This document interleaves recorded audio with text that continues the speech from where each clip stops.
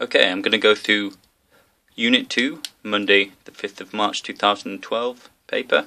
I'm going to go through the first 6 questions in this video clip. Here are the grade boundaries here. A star 52, A 44, B 33, C 22.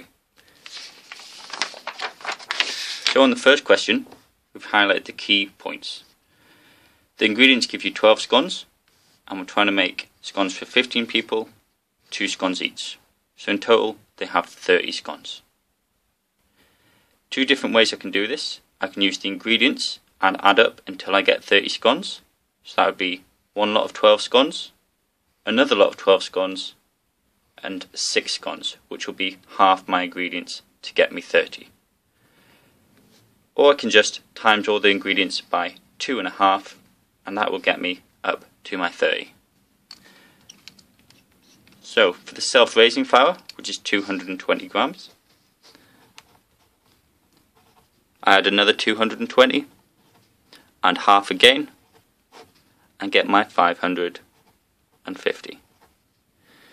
For the butter, which is 40 grams, I have 40, another 40, half again, which is 20, to get my total of 100 grams.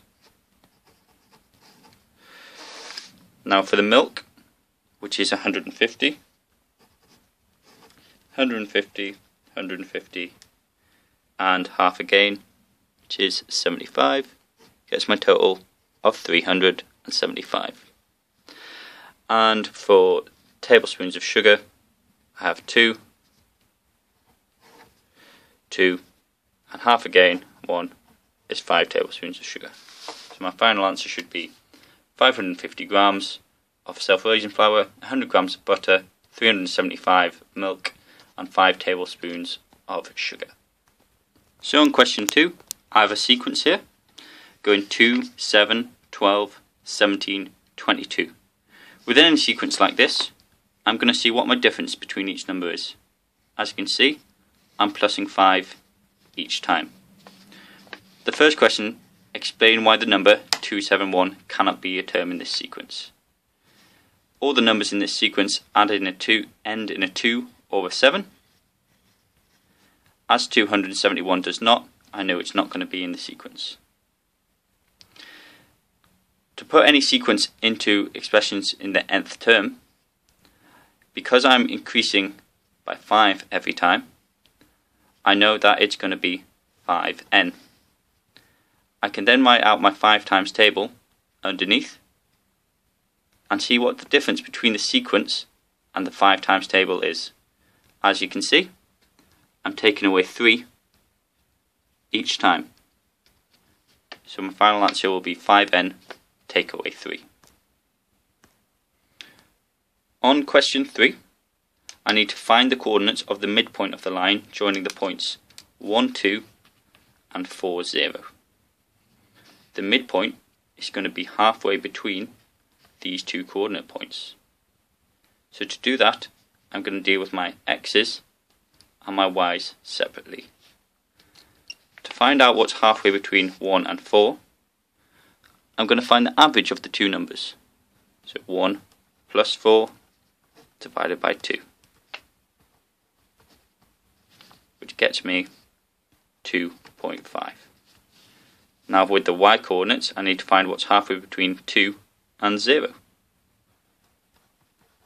So again, I add them together and half them to find the average, which is 1. My final answer for that question should be 2.5 and 1.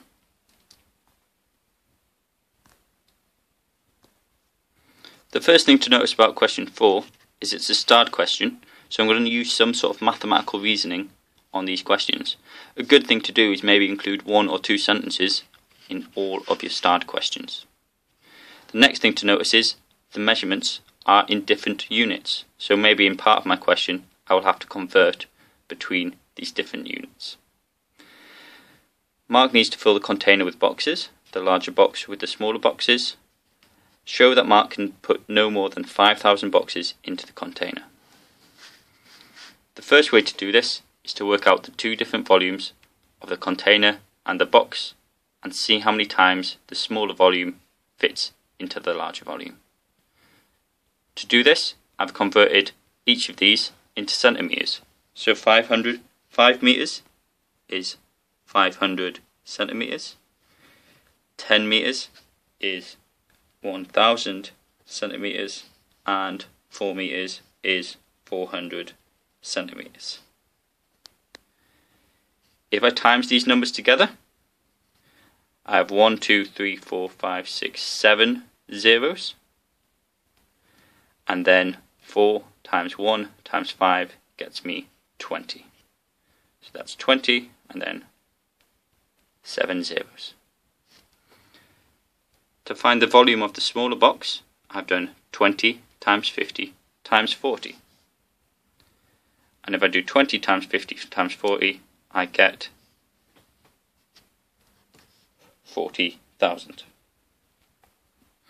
Dividing these numbers, I can cancel out all those 4 zeros at the end, and it's 20,000 divided by 4.